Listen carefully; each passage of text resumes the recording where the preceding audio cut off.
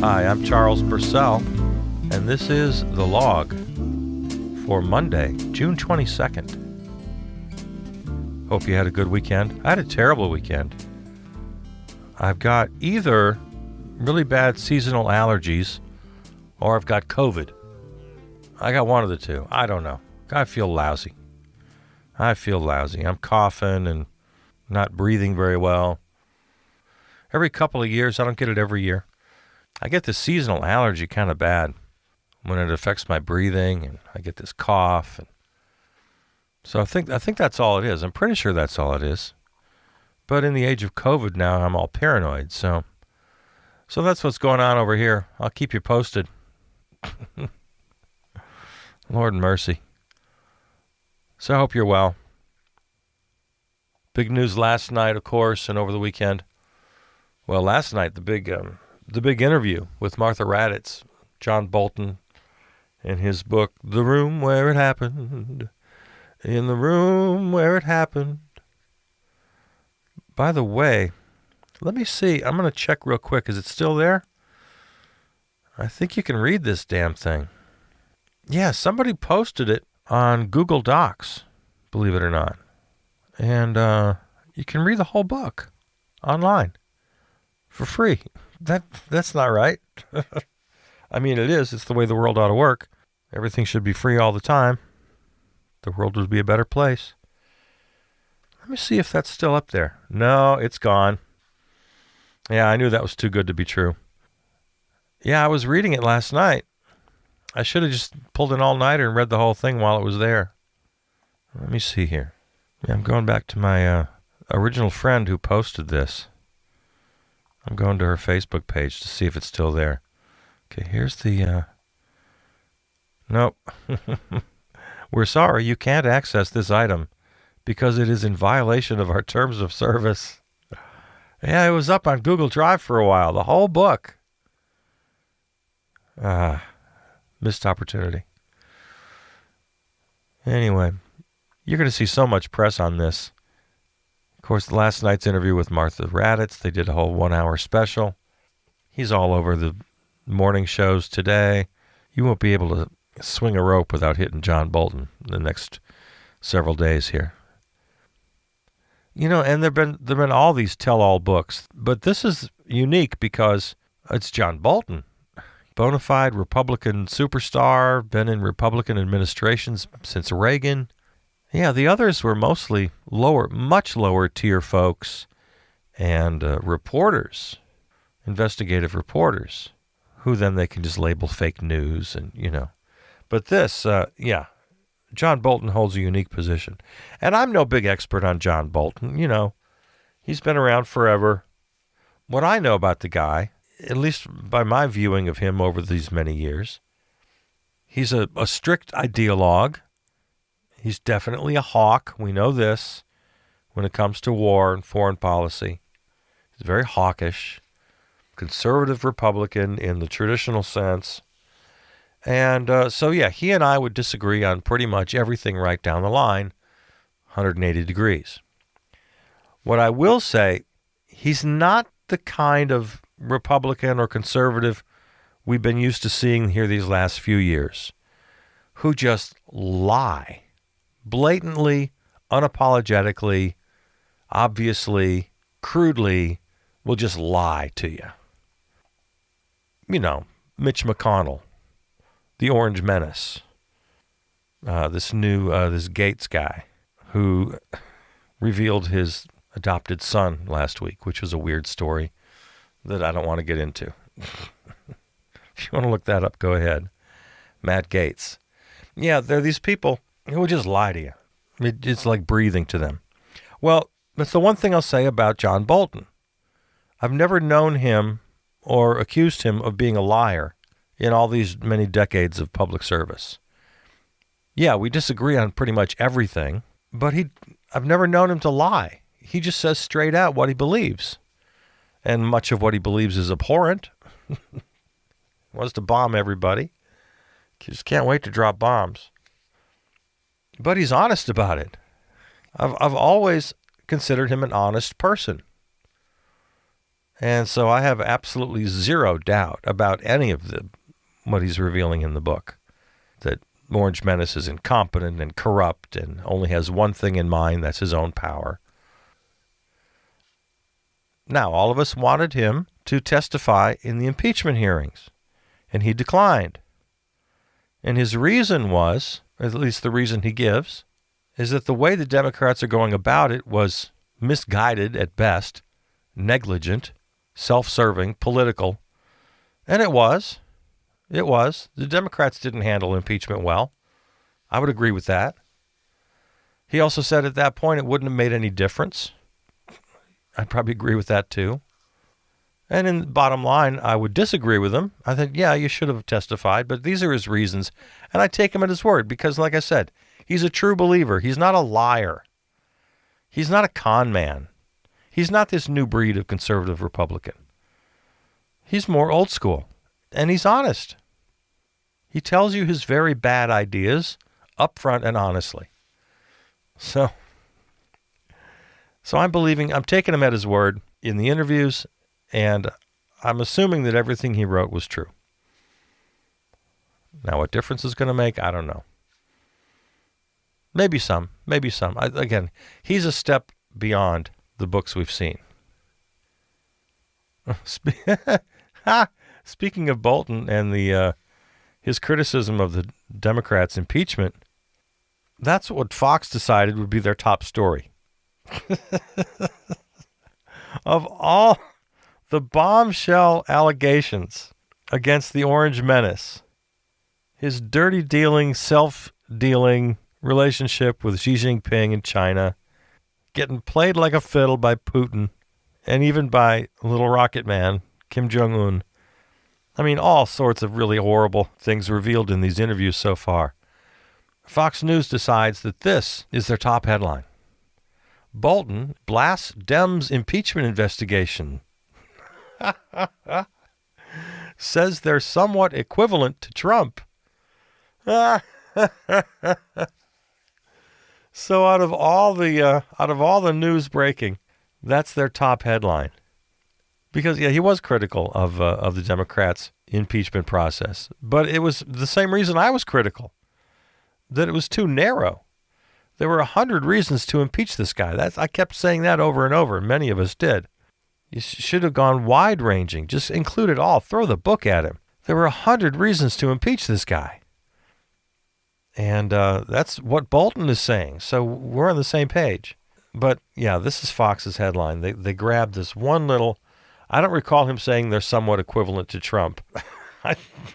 If you have read any excerpts from the book or heard any of the interviews so far, that is not the bottom line takeaway. No. I don't know where that quote comes from. You want to hear their other top headlines here? Oh, God, these guys. Oh, here's a good one. Video shows small dog helping to foil New York City pharmacy robbery. That was one of the top stories. Nashville liquor store owner, 88, explains why she shot alleged shoplifter. I'm fed up. Yeah, with all that's going on in the world, these are Fox's top stories. And the only Bolton headline they have is that the ex-advisor says Dems almost as bad, somewhat equivalent to Trump. That's the best they can do.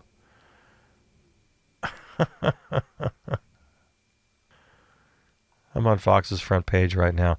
They do lead with there was a shooting in Seattle, and it's very murky in what the details are. Some in the organized protest. Of course, this is in the so-called CHOP zone, the Capitol Hill Organized Protest, formerly known as Chaz, which I liked better. Chaz, man, I like Chaz. Capitol Hill Autonomous Zone. I guess they figured Capitol Hill Occupied or Organized Protest was better. Yeah, there was a shooting. Protesters are saying it was a right-wing attack. Bottom line, a guy is dead, which is horrible. But then, of course, places like Fox and their ilk can say, see, this is what happens when you ban the police. And these dirty, no-good protesters, they're all just a bunch of killers anyway. Yeah, they can all spin it that way. In fact, listen to the headline here. Bloody weekend across U.S.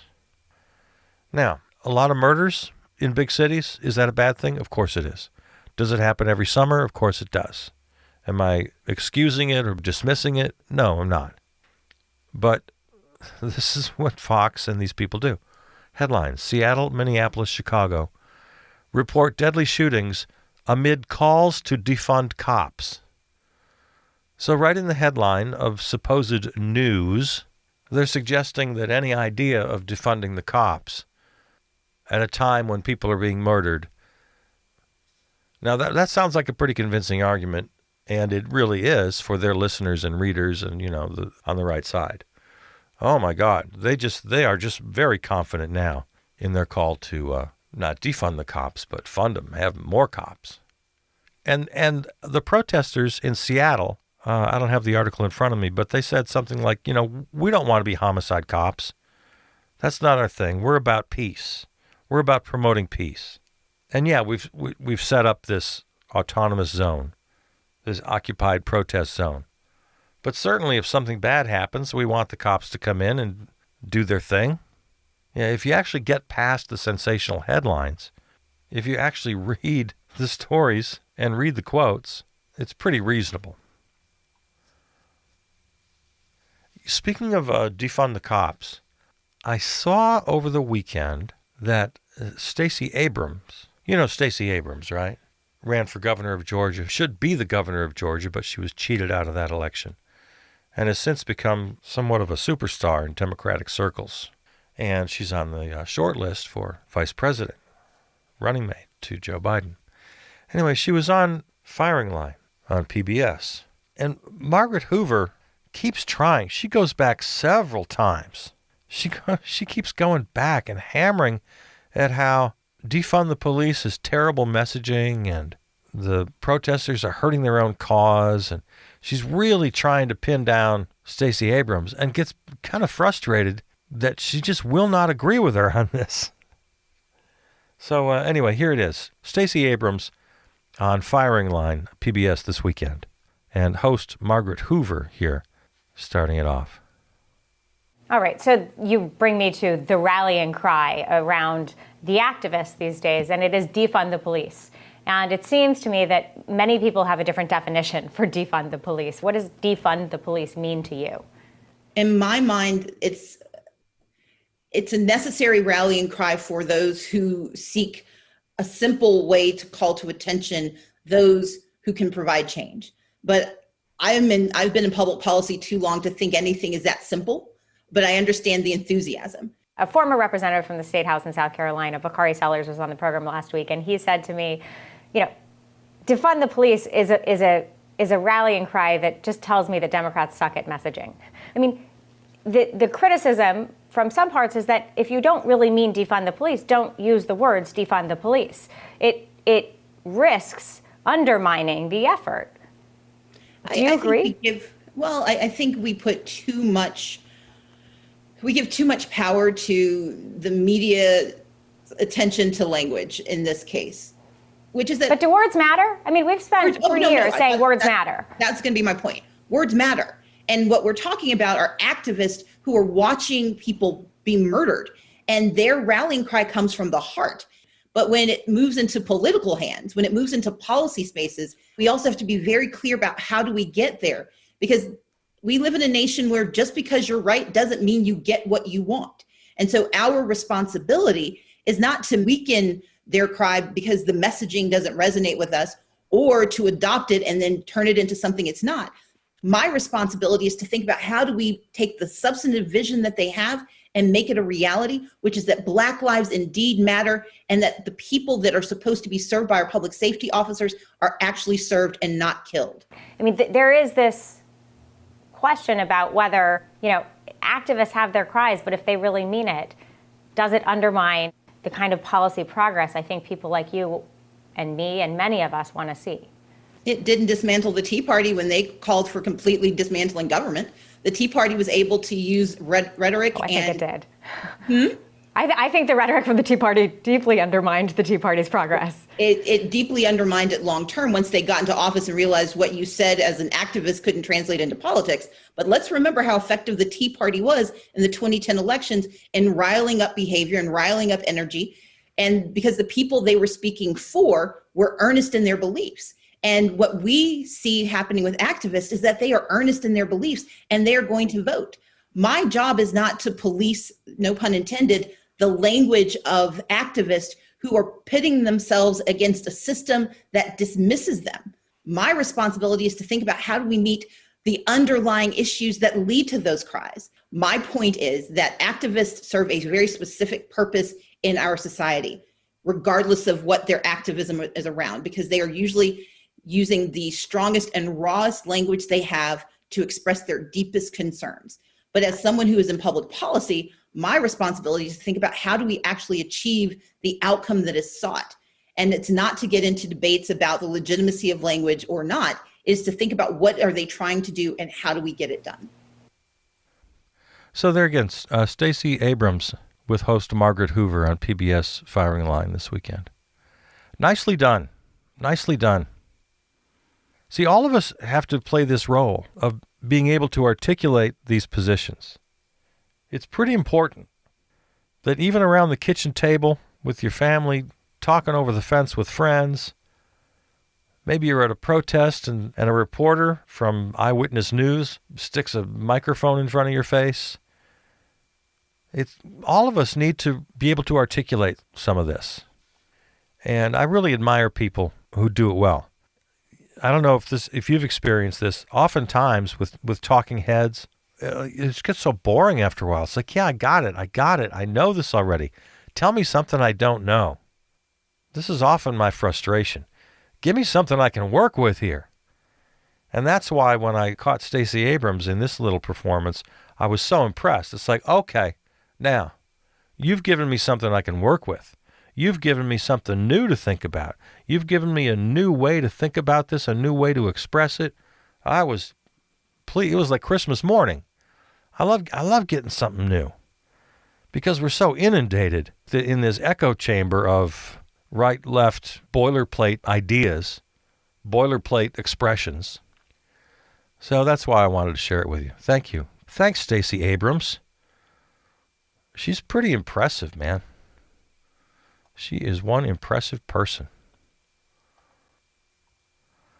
Oh, on that very same score, let's see, it was last Thursday, if memory serves correctly, I gave you guys my little sermon about how it's really not white folks' role, speaking as a white folk. It's not our primary role to be an ally. It's our primary role to take responsibility and make things right. Racism is our problem. We got to do the work and get things done. Well, so that was my sermon the other day. But I want to point you to this, because as usual, I found someone who says it better than I could. This is someone named Catherine Pugh. This is a black author addressing a white audience. And she writes this: Racism is not mine. It is yours. And what you do is not called help when it is your mess we are cleaning. I never use the term white ally when I talk with family and friends. That's because I detest it. Echoes a little twang of dissonance every time it comes my way. It implicates one of the most insidious sleights of hand in mankind's history. So this is a lengthy essay. I'm going to let you read it. I'll link it to the Facebook page. But just a couple of little highlights here. Racism is not ours.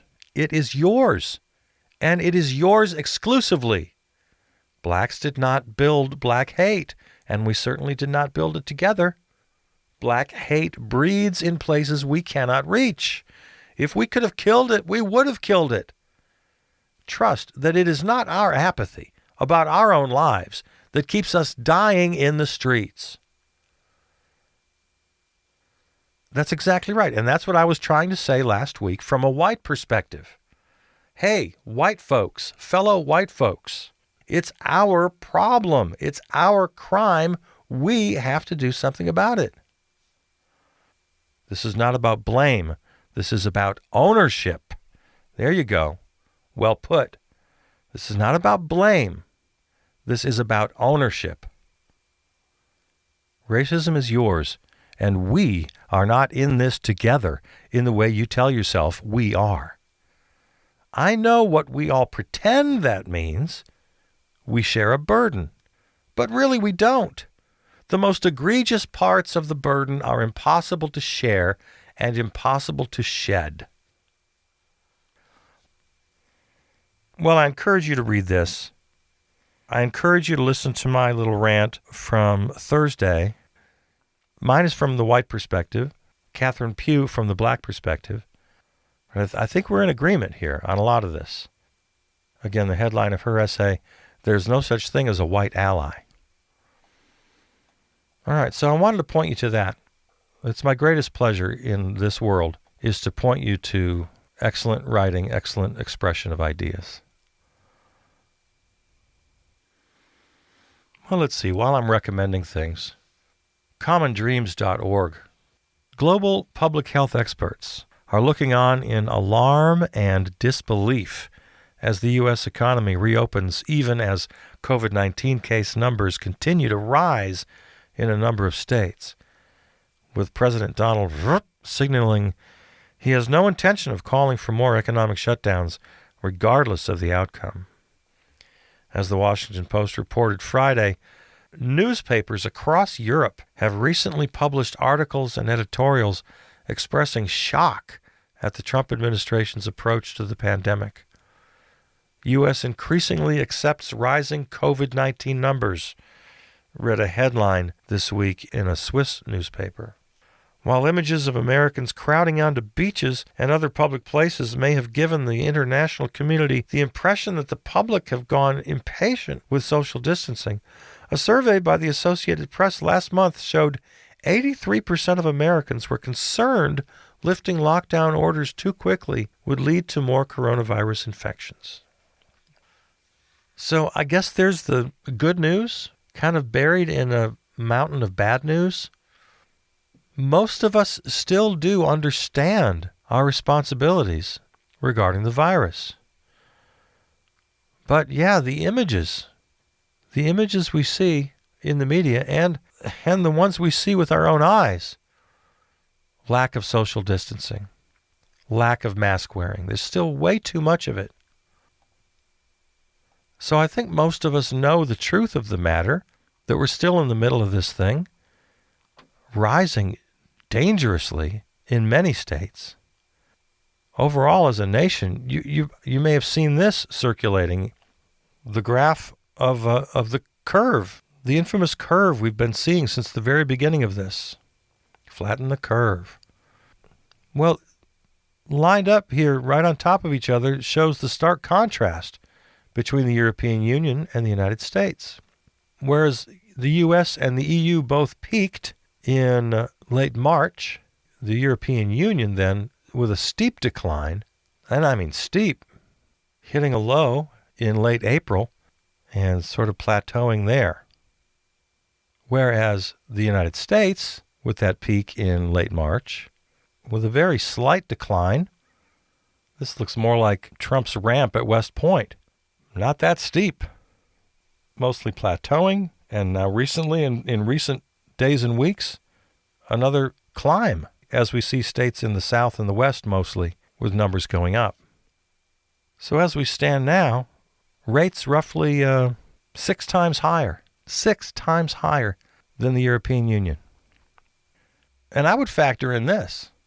You know, the European Union has about 100 million more people than the United States. 100 million more population. So the fact that we're at 6 times the cases, factor that in as well. We have 100 million less people. And the population density of the United States is a fraction of what it is in the European Union. And we know, of course, that density has a great deal to do with the spread of this disease. So that would also put the European Union at a great disadvantage. And yet we're 6 times higher, even though we're less dense and have 100 million less people. So it makes the picture even much, much worse than this graph we're seeing would illustrate. So this is just my friendly little reality check. And I would agree with the gist of this article here. The rest of the world looks at us and just shakes their head. It's just so sad that some governors, some citizens, and most importantly, those at the highest level of government, the White House, the administration, pretty much saying right out loud, no, we just don't care anymore. It's just over. We've just given up. Yes, people are going to die. But, that's not important to us anymore. We've decided to just normalize this. I mean, this is a specialty of the Orange Menace, right? Takes ideas, policies that were unthinkable and just performs them so blatantly that all of us are just left to say, well, I guess that's the new normal now. This has sort of been the playbook here for quite a while. Yeah, mass shootings, dozens of children being shot down in a school. Well, what can we do? Just shrug your shoulders. Can't do anything about it. Because freedom. Black men hunted down like animals in the streets. Shot dead. Well, that's just the way it is. What can we do? Got to have law and order. We'll just make this normal now. Rampant consumerism, deregulation, causing the demise of the climate. No, we'll just turn our backs on that. That's just normal now. What can we do? All of the social ills, economic inequality, climate injustice. There's a powerful faction out there that really is actively working to normalize unacceptable conditions. We see example after example after example. And now COVID-19 is just one more to be added to the list. It's just the new normal. We don't care. We literally don't care. Well, that might be their game, but it's not mine. If you ever go to my Facebook page, you'll see that my Facebook banner is "None of this is normal." That's the banner over my Facebook page. Maybe I'll make that the subtitle of this show. I'm Charles Purcell. This is The Log. And none of this is normal. None of this is normal. And just a daily friendly reminder to all the really good people out there, and I know there are so many. Just we get up every day, we try to do our best. Kind of like before the football game, if you're a sports fan. You know how the players kind of get in each other's faces, kind of shout at each other, and they bang on each other's shoulder pads? Like, I'll bang on your pads, you bang on mine. I'll slap your helmet a little bit, you slap mine. You know that? That's what we're doing for each other. We have to continue to do that for each other. Just slap each other around every day a little bit. Just kind of get ready for the fight every day. Remind each other that we're on the same team. I got your back, you got mine. And we need to hear it every day, just so we don't forget, because they're slowly trying to hypnotize us. They're slowly trying to normalize everything. Just got to remind ourselves, none of this is normal. All right, I love you guys. I'm Charles Purcell.